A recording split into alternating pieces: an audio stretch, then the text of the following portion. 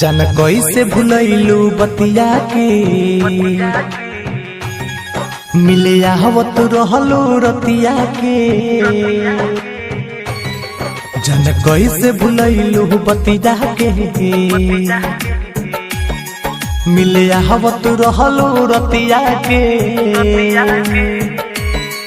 डर कांपत रहलू लगे जाके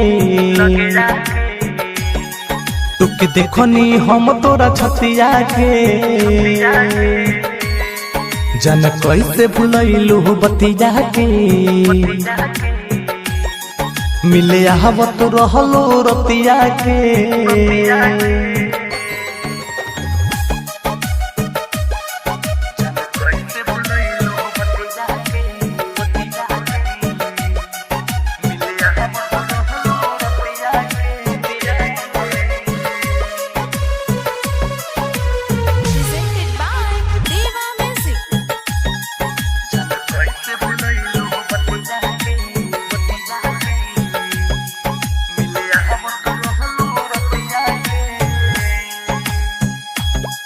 ना पहले खाना खात रहलू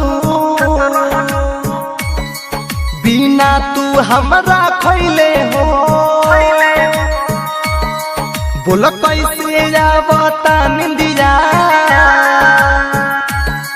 जन बिना बती अइले हो।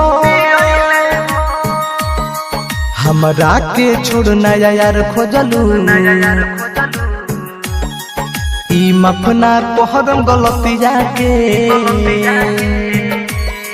जन कही से भुलैलू बतिया के मिले आवत रहलू रतिया के।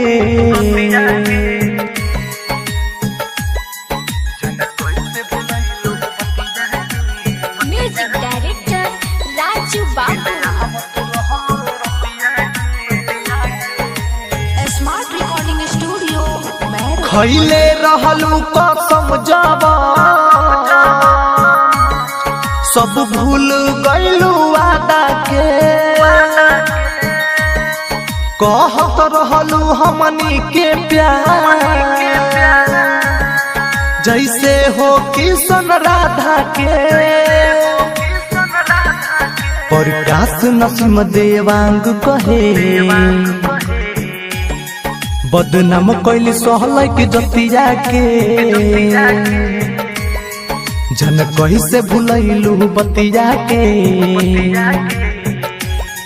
मिले आवत रहलू रतिया के। डर कांपत रहलू लगे जाके तुके देखनी हम तोरा छतिया के।